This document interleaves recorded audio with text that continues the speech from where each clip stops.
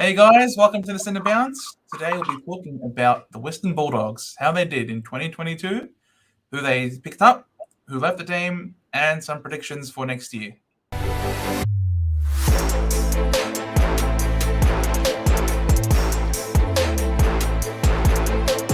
Uh, we left the season with the Bulldogs doing really, really poorly. How is Well, that possible? I don't know, man. It's kind of just like their team is so stacked, and then somehow maybe it's the Devo effect. Maybe they just need a new coach. I know they've just signed him for another 2 years, which isn't great for this kind of situation. But yeah, what can you do, right? It is a bit bizarre. I mean, the season that they had before, they made it all the way to the grand final. They were Mm. probably one goal away from winning it all. of a sudden, we had the greatest 5 minutes of football I've probably ever seen in my life, with Melbourne absolutely dominating. I'm like, what the hell is going on? What am I seeing? What do I? They just went bang, bang, bang, bang, and the Bulldogs just didn't seem to recover, right? Yeah, Petrarca really turned it on. I think the dogs were always just holding it on, but they weren't really that competitive. I think they were up maybe for the first 5 minutes of the game, and then were kind of just clawing back the score. And then Melbourne came back from the locker rooms, not sure what happened. Maybe they had lots of honey and some Gatorade and some food, that kind of thing, and then they came back and just stormed home. So maybe that was always the plan for Melbourne, just kind of gas them out a little bit. It's been an issue with the Dogs before, kind of their inconsistency and their engine room a little bit. So maybe that was just Melbourne's plan.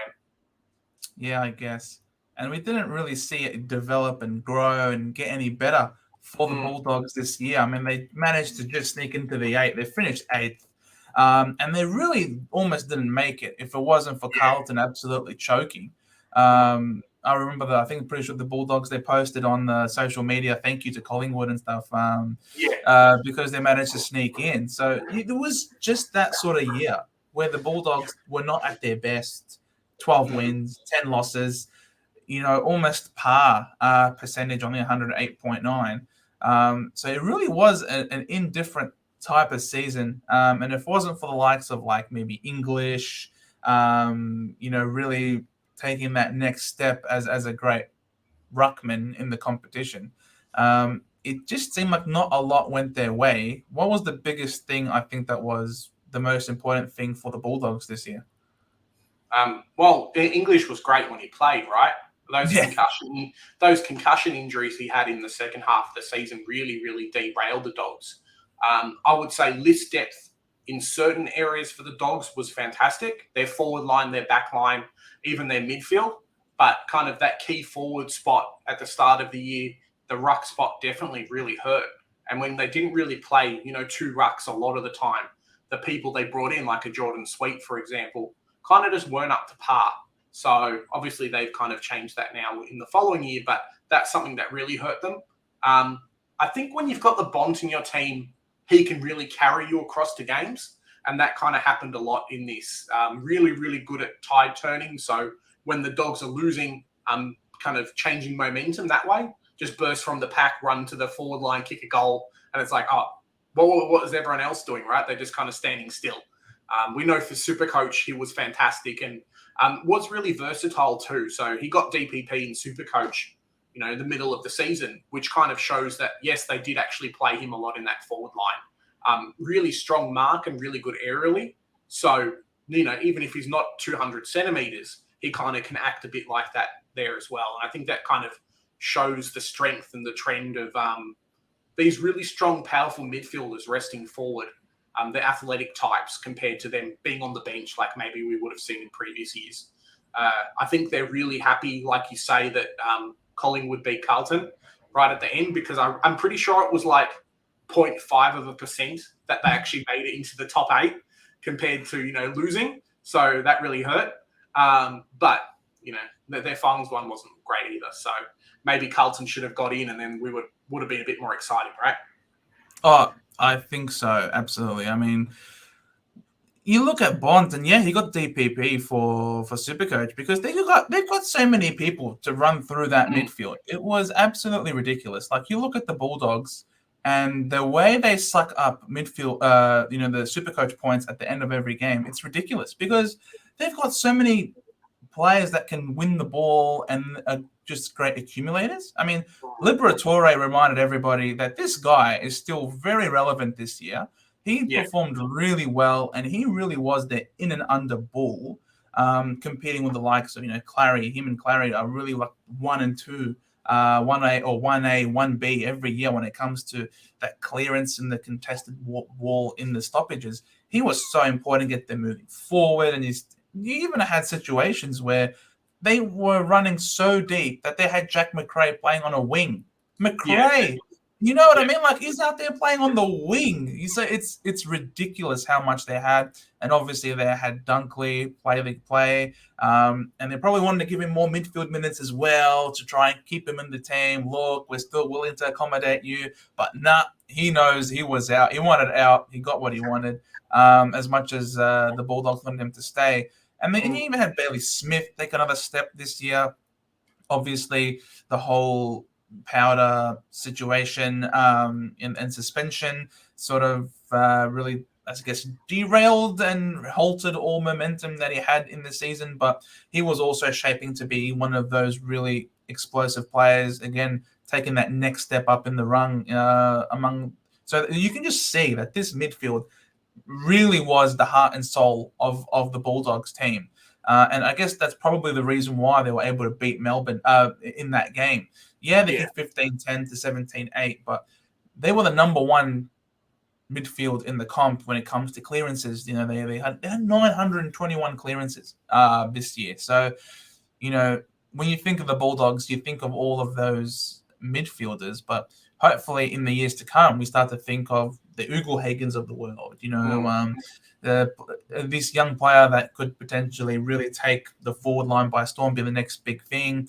You could have a bit looking at maybe a Darcy, for example, Sam Darcy along that half back line in defense, for example, being one of those stars. So despite them having so many established guns in the middle, they've still got youngsters on both sides of the ground. It's not fair, man. I don't like it. It's a bit like Melbourne, right? Where a lot of their depth, like, it just comes out whenever someone gets an injury. The ruck we've spoken about, but Bailey Smith misses a game, someone else comes in, someone in the forward line misses a game. They just pull these like exceptional players out of the VFL team. It's like, what are you guys doing? Can my team draft like as well and develop as well as what you guys are, please? Because it's just tough to watch. You had people like McComb, for example, people that you've never heard of in your life. But the only reason why you know this name is because it's on your Supercoach team. And then all of a sudden it comes in and pumps out like 60s every week. And it's like, McComb, we love you. Where are all these players being unearthed from? What is it that the Bulldogs have that our clubs don't have? It's not fair. They're able to, even like the Ed Richards of the world, for example, I don't think he was very high up on people's lists of players, but he just sort of felt like towards the back end of the year last year, he all of a sudden really started to elevate himself and be a much more prolific user of the ball for them. He wasn't getting the kickouts as much as like the Bailey Dale, for example, but he was really building and developing to the point where now you have people willing to take the bet, take the risk, and actually start him in their Supercoach team next year. Yeah. So you just have all of it. Must be the culture. I don't know. I refuse to believe. What is it? It's really strong VFL team. So a lot of these guys who, I know at North Melbourne, for example, like our VFL team's not great. So when a guy comes in from the VFL team, they're back to square one almost. Whereas a lot of these guys in the VFL team, they've got the tank, they've got the talent, they're ready to go, they're busting down the doors. So when they come in, it's like, hey, they've been playing for 10 games already in the season. They're just that good. We saw with Brisbane, whenever they'd bring someone in, same with like a Richmond or a Melbourne, right? They'd come in with the depth players who are really good just because of how strong they are. And the Dogs have shown that with like the likes of McComb and a few other players that they've actually drafted straight from their VFL team because they know how good they are. Do you think it also can be put down to because Bevo is known to really like to move the magnets around on the board? He would move like an Adam Treloar, played a bit more half back this year. Do you think having these players play, I suppose, sacrifice from their game, play a different role to allow these new players to come in and play to their strengths. Do you think that could also be part of the reason why? Yeah, definitely. I know we've seen, like you're talking about Ed Richards kind of becoming like the star that he is. That was partly why Bailey Dale kind of fell off a little bit in the second half in Supercoach, was because he was asked to play more of a wing role because they had strength somewhere else and he could play both. Same with Bont moving forward. They put in a couple of VFL midfielders. So definitely that way. I think the Dogs are very unselfish there. Bevo's a bit crazy and he'll actually move players around quite a lot, and to the detriment of everyone else when their scoring's poor. But they've got the flexibility to be able to do that. I think when you've got someone like Bont in your team who's so powerful and so dominant, you have the flexibility to do that. As long as he can get kind of the ball at some point, that they'll still win games, regardless of like who's around him. Yeah, absolutely. Especially when Bevo decides to throw him into the ruck. Like, it's what are you doing, mate? We don't want ruck DPP status here. Yeah. I don't like and this. you can ruck like that. That's Yeah, it, right? Marlon Pickett exactly. style. Yeah, 100%. So yeah, Bevo, he's an interesting unit, and he had that insane mo as well. Look, he's a character. And Loves reporters. he loves Morris. Yes, Yeah, he loves all the reporters too. Yeah, never a dull moment with the Bulldogs. And it also extends, I suppose, to the trade period as well, where they picked up Liam Jones. He's back. He's back at the kennel, as is Rory Lobb. So you end up with these two big boys, Liam Jones in the back line, Rory Lobb forward line. This is very exciting, of course, because it means Bont should hopefully play more midfield minutes, where he belongs. So that's definitely very, very exciting, not just for Supercoach fans, but also just in terms of the competition as well. Seeing the best players playing in their best position, it really is a great sight to behold, and something that you're able to advertise, I suppose, to other non-footy players. Liam Jones, what are your thoughts on him going back? I'm really glad that he's playing again. Obviously, Carlton fans aren't. They're a bit salty with the situation that happened. It's good that he actually kept fit. He played in the QAFL, so Queensland, like I think the league underneath the VFL. So did really well in there. Obviously, he's got his shot back into the AFL when the COVID restriction rules changed a little bit, and Carlton were compensated that way. Him being a key defender and playing that role frees up a lot for that team. I know we've talked about the midfielders having to play in different spots. Now they don't have to as much. The Dogs' inability to really shut down good key forwards last year really hurt them. Alex Keith couldn't do everything. And some other players, maybe a Zane Cordy, like we see, who's gone to the Saints, weren't as good cover as kind of what they needed. I think teams generally will have two really good key defenders as their backline stables. So Liam Jones kind of offers that. He's a bit older, being like 31 this year. So maybe 2 or 3 years left. But for a team that's competing for finals, 2 or 3 years is fantastic if they're fully fit, right? Oh, yeah, absolutely. No doubt about it. And Liam Jones, the also great thing about Liam Jones is he also has that agility, I suppose, in terms of he's not just stuck, I suppose, manning a player. He can leave his man to spoil somewhere else. And the Bulldogs love having players, I think, that can leave their man and adjust and be flexible, because it can also then turn into a quick handball out to someone running past, like a Dale, for example, and who loves to take the ball under his arm and just run out of there. So it's he's a great acquisition. Maybe not the most expectations on him either as well. It's really just sort of help him have a good preseason, which he appears to be having from reports. Someone that they will, though, be hoping can hit the ground running is Rory Lobb. He had a great season for Freo this last season that went by. He was very reliable. He was able to take a lot of marks as well as kick a lot of goals. So Rory Lobb's acquisition, I think it's twofold. Not only does it help Bont, keeping him more out of the forward line, it also helps Tim English as well. So because he can also pinch him in the ruck. And as we can see on the right hand side, I guess you got Steph Martin retiring. I guess again, it's just the perfect timing to have Lob come across, who was desperate to leave Yeah, Western yeah. Australia. He was dying to leave Western I think Australia. he bought a house in Melbourne. Was like, yep, I'm just not coming back if you don't bring me in. If someone doesn't pick me up, I'm just not coming back next year. So I think his partner like stopped working, was looking for another job. He bought a house in Melbourne. It was crazy. He was also Freo's leading goal kicker as well. So Yeah, them losing that hurts. But I think with kind of the downfall and the injury problems with the Josh Bruce at the Dogs, who was a good goal kicker for them, especially against North Melbourne, he having someone like Lob who can take marks, who can pinch hit a little bit in the ruck, with English being, the main ruckman, will really help them quite a lot and gives them that versatility. Like we spoke about off camera about Josh Bruce, doing some intercept marking with the defenders, kind of giving them that more flexibility that they desperately need. Frees up Bont to kind of play his main role, which is fantastic too.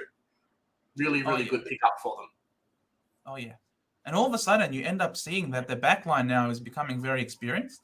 Yeah. Now that you add Liam Jones back there, and as you said, Bruce is now actually, yeah, as you said, he is playing as an intercept defender, training to be an intercept defender.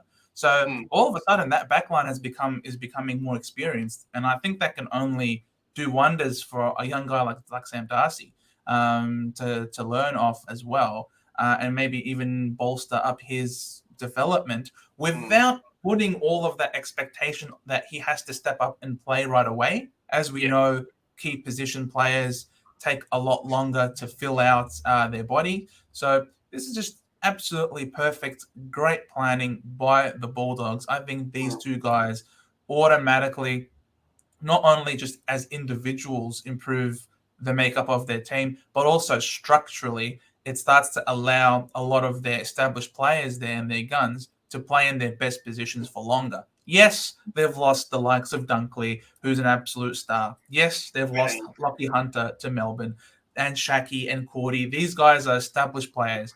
But mm. what they've done by bringing Jones and Rory Lobb in, though, has done a great job, I suppose, in lessening the blow, especially of a guy like Dunkley. That was big news, wasn't it? Yeah, it was massive. Like I know there was some talks the year before, I think, with Essendon trying to poach him across, and then the Bulldogs news, I think, came out of nowhere and was done fairly quickly. I imagine, I'm pretty sure it was like earlier on in the trade period that it did happen, and yeah, just kind of you never really hear about these massive players that move across. I know like a Lockie Neal came from Freo to Brisbane, and that was a big story. But Lockie Neal, I don't think at that point was at the same caliber as a Josh Dunkley is now. So for him to kind of move across is like, well, your top three best player at your club is now left.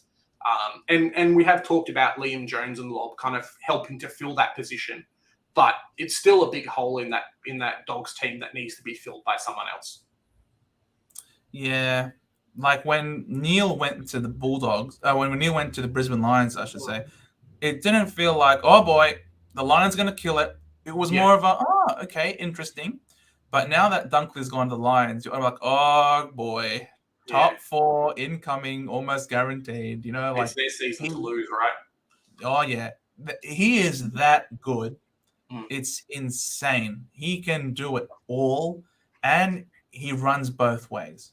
So there's going to be a lot of onus, I think, now on a lot of these Bulldogs players to really have to commit to two-way Mm. running, and they have to be prepared that they might lose that clearance in the first instance because he is also a great clearance winner. So Mm.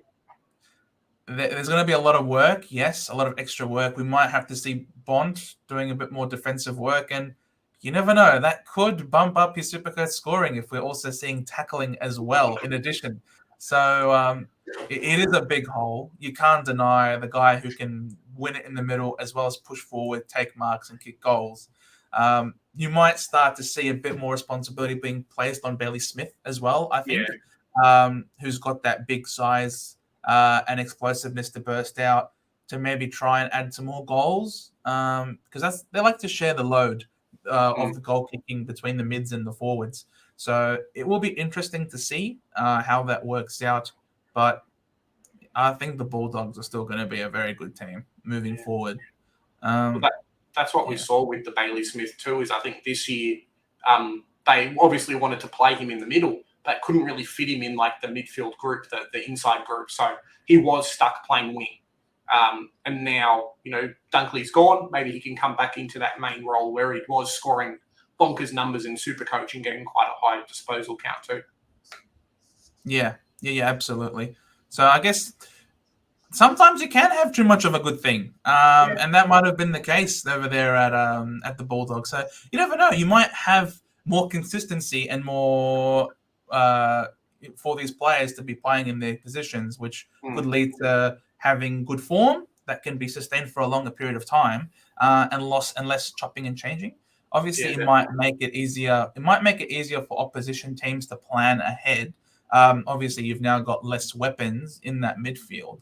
But I guess it can come down to a matter of quality over quantity. In this case, you can really knuckle down and try and bring out the most out of your Bonds, your Libbers, your Smiths, and your McRae's. McRae, who it's impossible to forget this guy. He was the king of Supercoach before last year.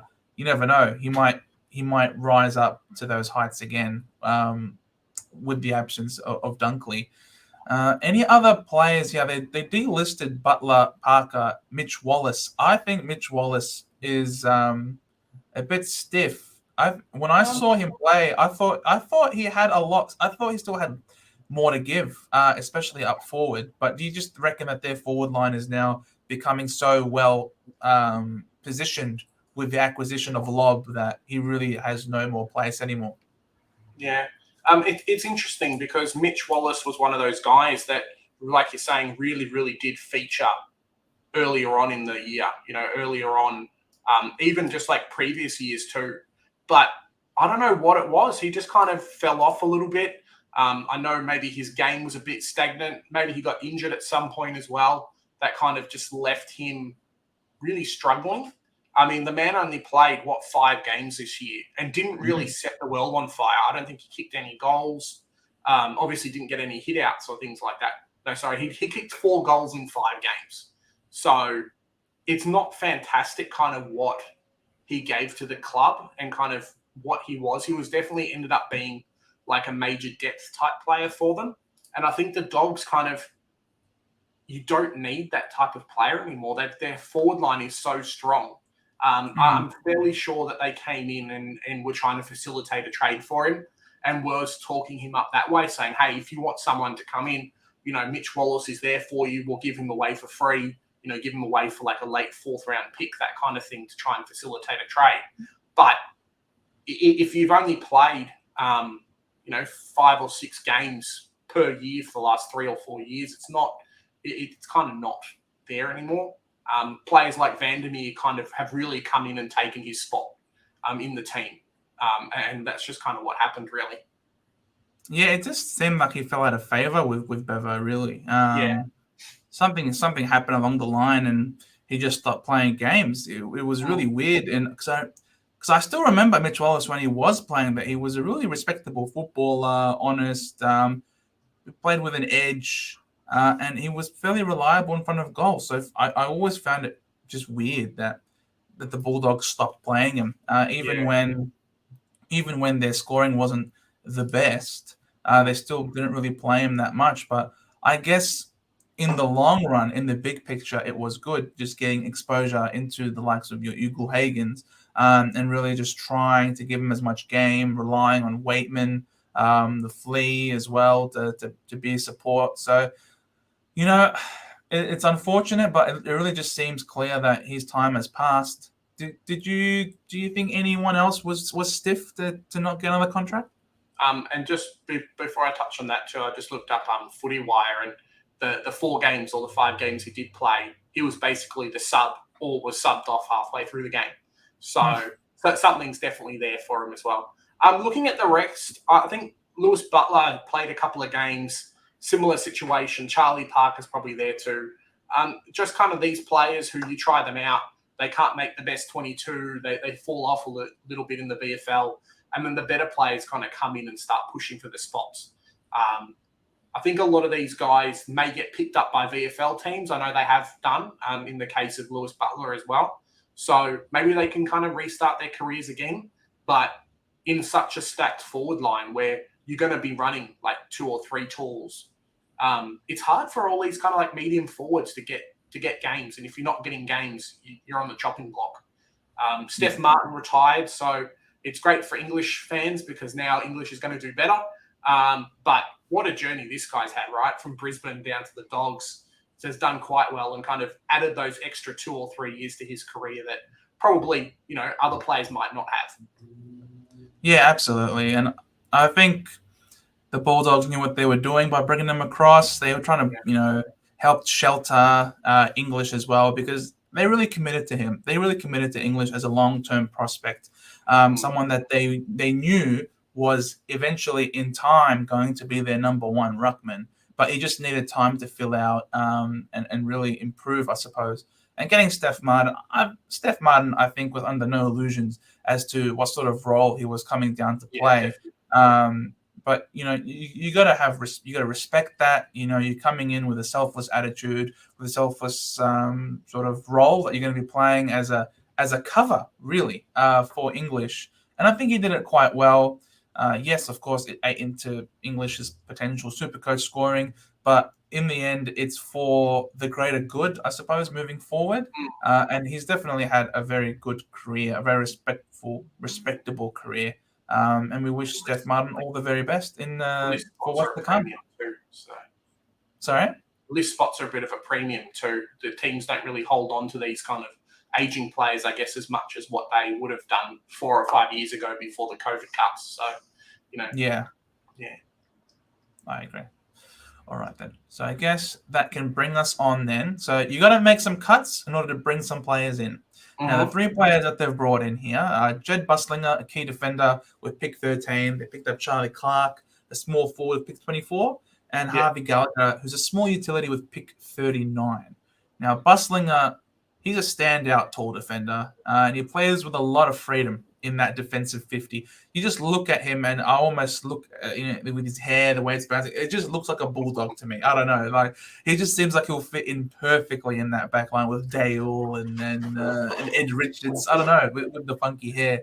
And when I say he plays with a lot of freedom in the back 50, it's because he likes to roam off his direct opponent and drift in front of contests and just pluck out marks like nobody's business. He just doesn't mind leaving his direct opponent. He can read the play. And it just seems that that's almost the kind of defender that the Bulldogs want. They like to kickstart. They like to, get the ball moving quickly out of the back line. And if he's not taking intercept marks in the back 50, he has no problem venturing out and being a high intercepting threat as well. So, probably where he needs to work on is his buffness, I suppose, his physique, and some more muscle, because he might, in a one-on-one situation, is unlikely to really succeed. But in terms of if the Bulldogs can use him right, and have him be a great intercept defender, he's one that's going to be really great for them, I think. Yeah, definitely. I'm pretty sure he was the highest rated key defender in the draft too, and was touted at being a top 10 type player. So to fall to pick 13 for them was basically a no-brainer. I know we've spoken about Liam Jones kind of coming in and helping Darcy. Well, Buslinger is another player that helps as well. If not the immediate pressure for him to play, kind of that leadership in the position too. And you can really see with him coming in what they're going to be building for the future. So you've got a key defender in Luke Darcy, and now Buslinger is kind of that other player as well. Yeah, they'll make a great 1-2 great tandem, I suppose. And it just seems to be that in a lot of these great teams, you have more than just one great defender. You have to have like a couple of defenders that can really work well together, and complement each other really well. So definitely the Bulldogs are well and truly building. They're building from the back line this time. They're adding Buslinger, a key defender, with their first selection. And they obviously had their father-son with Sam Darcy last. So you're seeing now. Not Luke. Yeah, Darcy. Sam Darcy. Yeah, Luke's son. Yeah. We know what you mean, Luke Jr. So it's it's interesting. The Bulldogs are building the back line up. They've still got their mids in their prime. They've got young forward line still. So they're now moving on to shoring up the back line. They're just a really well-run organization. They know exactly what they're doing, these guys. Yeah, definitely. So we can move to Charlie Clark, yeah? Yeah. So Charlie Clark was picked up with pick 24, probably rated top 1 or 2 of his position, so that small pest forward. I know Kasansky got picked up by the Swans, so they obviously rated him higher than Clark, but they're fairly even kind of on the scale. Will be a really nasty pairing with someone like a Wiedemann. Waitman, sorry. Really nice pairing with Waitman in that forward line. A lot of teams now have started to run that 2 mosquito type small forward. I think it was kind of started with West Coast, Ryan and then Rioli, and that worked really well. So having those 2 guys who can be a pressure forward, who can help to shut down players and to do really well that way. I've heard he's a bit of a pest. He likes to pick on the opposition defenders and just talk shit. So it's going to be fantastic for them there. Doesn't have to play straight away, but I think from reports, his body's kind of ready to go in that kind of role as well. So we could feature early in the Dogs forward line if there's a spot for him, of course. Yeah, absolutely. And he's quite reliable in terms of his consistency as well. He's not someone that's going to be up and down and not performing, which I think is something that Bevo really appreciates, having someone that's with consistent output. I think in his 15 games, he only was goalless twice. So he's definitely able to split his time between the forward 50 and center bounce rotations. Again, another trait that I think Bevo would love for him in his Bulldogs. So they knew exactly what they were doing. And personally, I think this actually works better for the Bulldogs that Sydney picked up Constanti and not Clark. I think Clark is actually, the way he plays the game is a better fit for the Bulldogs. And Bevo has no issues with throwing a youngster in there. So I think it might be interesting. He might later down the track get an appearance if he can show consistency at VFL level, which I think he might. Harvey Gallagher, though, I think is probably the more exciting one here, and especially for his pick at pick 39. This guy, he had a move to the back line in this season, which really saw him just take his game to a whole new level. He was the captain of the Bendigo Pioneers, so he's got leadership qualities, which obviously I think is great to have in a player. But he moved to the back line, and in his first game, got 24 disposals. Second game, he backed it up with 28 disposals. Then he went up to 37 disposals. And then he had 44. He just kept getting the ball more and more every single week. And in addition to that, he kicked 7 goals, 12 behinds.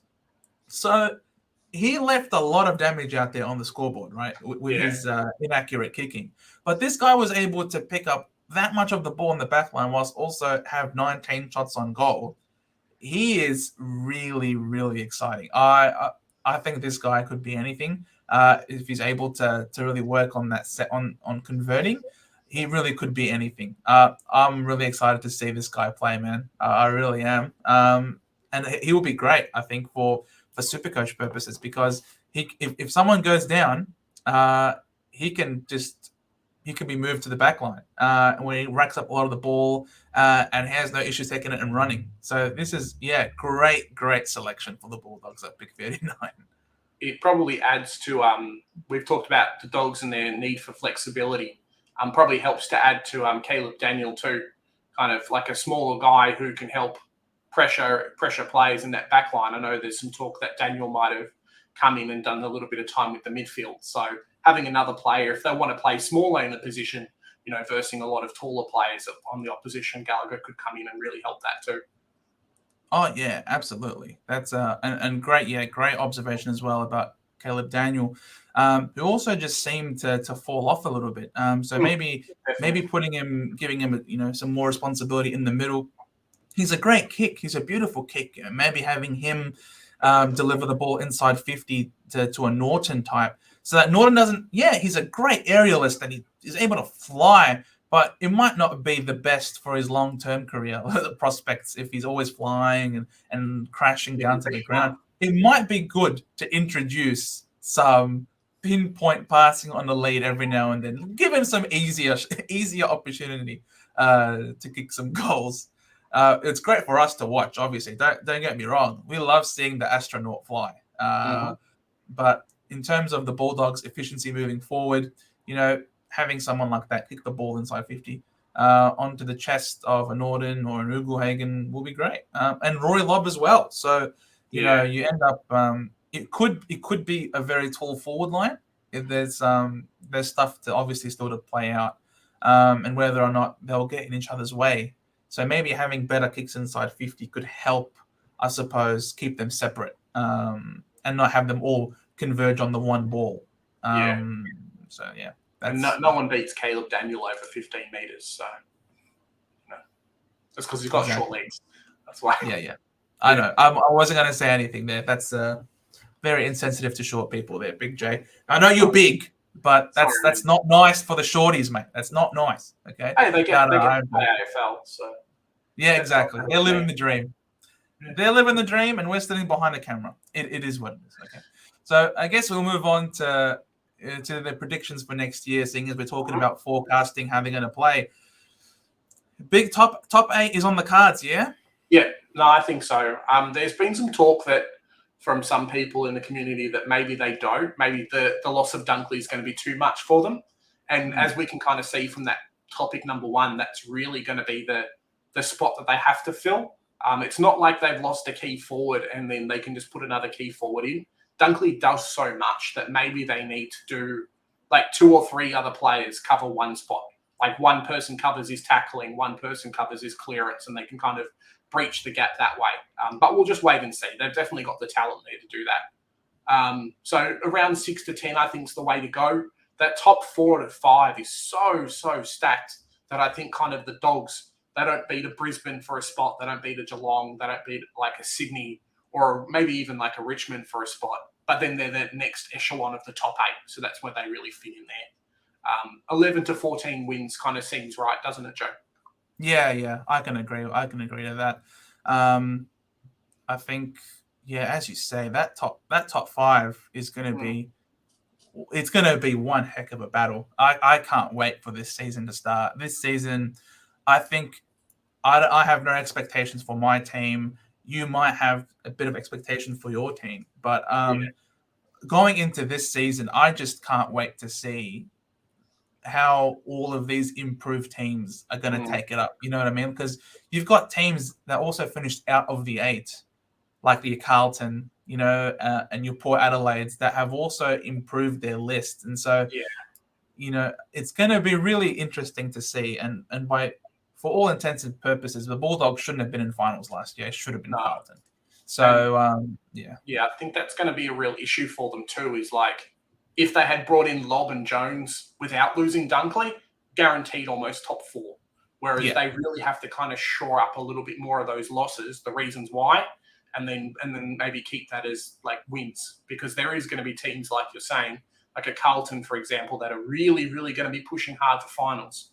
They have had a couple of injuries at the start that hurt them, but unless like half the team gets injured, they're going to be pushing, and they're not going to have games where they still won, but they gave up half the lead during the game, because that really killed them in 2022. So they're just not going to let that happen in 2023. Yeah, I agree 100%. I guess we sort of covered pick 1 a bit with your answer there. And I guess the next question becomes Tim English then. Does he step up and be among the top 4 ruckmen in the league? Now, obviously, top 4 ruckmen in the league in real life as opposed to in Supercoach scoring is two different things. I guess it sort of comes down to, because he's going to be the number 1 man now, and he's had quite a few years in the system. He's built up. It's probably the one thing that's holding Tim English back is his own durability. He's not playing every single game in the season, and after the knocks that he had last year, you just feel they're really nervous around if he was to get concussed one more time. Obviously, we don't wish that on anybody, and we hope that no one ever gets concussed again. But given the nature of the game and the position that he's playing, you just feel like one more knock, it can be really nerve wracking. So if he can be confident, if he can sort of trust and back himself, back his body, back his teammates to help him on the ground. He could elevate himself to be. I'm not sure if top four is where he will end up. I think you've got the likes of. You still got Gorn. You've added Grundy now as well to that list, who I consider to still be in that tier. You've got Sean Darcy, who's a big man who's flying in the preseason. I guess you have Wits, but Wits is just purely a hit to advantage. It doesn't really give you much else. So I'd probably have English maybe ahead of Wits. I think Draper is going to come on really fast as well as a potential big man. You got Rowan Marshall. As you can see, there are quite a few names up, and by all reports, Rowan Marshall is absolutely flying this preseason as well. Whereas Tim English is just running laps. So I don't think he'll be top four this year. Opportunity maybe next year or the year after. But I just can't see, as a ruckman, I can't see English in the top four. Do you sort of agree with that? I think, like you're saying, outside of Supercoach wise and the concussion issues, obviously durability is a big thing for him. He always seemed to be a little bit mobile around the ground, which is fantastic. It's one of kind of the strengths of a Max Gorn. But it still felt like a little bit in 2022 that up versus a really strong, powerful ruckman, he would get pushed out of the way. He'd kind of get body handled a little bit. We always talk about him being a boy inside a man's body, that kind of thing. So maybe with another year of games, he actually starts to build that up. Maybe another year of preseason, if he's put on a little bit more size, then kind of realize, hey, I'm this big, powerful guy. I need to start using that a lot more. If that can happen, sure, top four push it's definitely feasible. A few of the ruckmen are getting older, like you say, are Wits. Max Gorn's definitely getting older, and the reason why they brought Grundy on, it seems to be to alleviate a little bit of his ruck time because he's getting a bit older. So English is definitely there. He's just got to make the push for himself, I think. Yeah, cool. Now, Liam Jones is a guy that you're excited to pick in Supercoach. Yep. Do you reckon he'll pick up where he left off? I think so. I think if the Dogs had come in and asked him to do 4 or 5 different things, be the backline leader, be this dominant force, having to intercept, having the key defender, having to play, be super mobile around the ground and cover everywhere. If the Dogs weren't as good team as what they are now, he might not have been able to come in and kind of put up to the numbers that he was. But because of those reasons, all he's got to do is defend. He's not got to do much else. The little things that he's been lacking with not playing AFL as much, he can kind of cover with the strength of the team. And from all reports in the preseason, he's been flying, right? He's been taking monster hangers. They've all been cheering him on at training. He's just doing that well. So definitely, I think the opportunity is there for kind of to keep that numbers and just even get better. Yeah, I agree. I'm convinced. I've also got him on my Supercoach team. He's definitely one that I'm keeping an eye on this preseason. But yeah, it's looking good, and I think he's gone to a good team that will be able to support him moving forward. And he's also going to have the likes of Josh Bruce also coming in and being an intercept defender. So Liam Jones can really just focus on doing what he does best, and that's just break even in contests, not get beaten. That was probably his biggest strength, which made him such a great defender for Carlton, was just that he was able to stick to his man and really break even, not lose that contest, and allow people to come in and help him. And I think the Bulldogs, and I think that's perfect and exactly what the Bulldogs want, with dashing players that can run out with like Ed Richards and Bailey Dale. Caleb Daniel, if he's rotating back there, can also play that role as well. So I think Liam Jones has gone to a great fitting team. And yeah, I can only assume that the sky's the limit in his first year. So that's really exciting.